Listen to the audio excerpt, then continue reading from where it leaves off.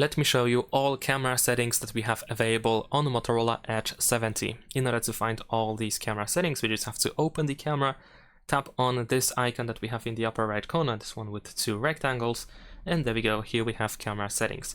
First we can start with the front photo resolution, which can be actually increased to high.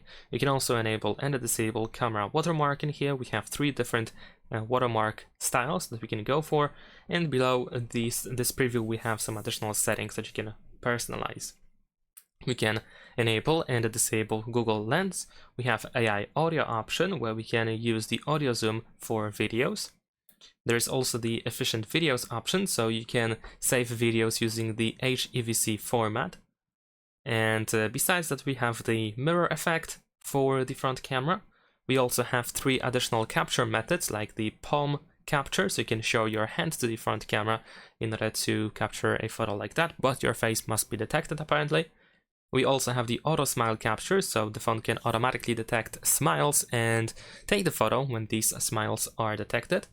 And we also have tap anywhere to capture, so you can pretty much tap, like it says, we can tap anywhere on the camera preview in order to just capture a photo.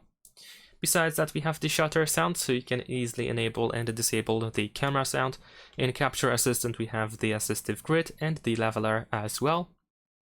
We have the quick capture option, so you can twist your phone twice in order to quickly open the camera, and we can also choose which camera mode you want to open with this gesture.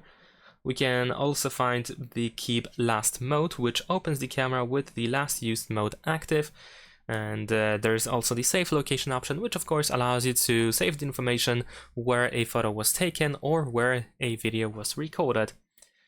Besides that, we can find the Reset button, of course, to reset all these settings and revert all changes to default values. And that's pretty much it. Thanks for watching, leave a like and subscribe.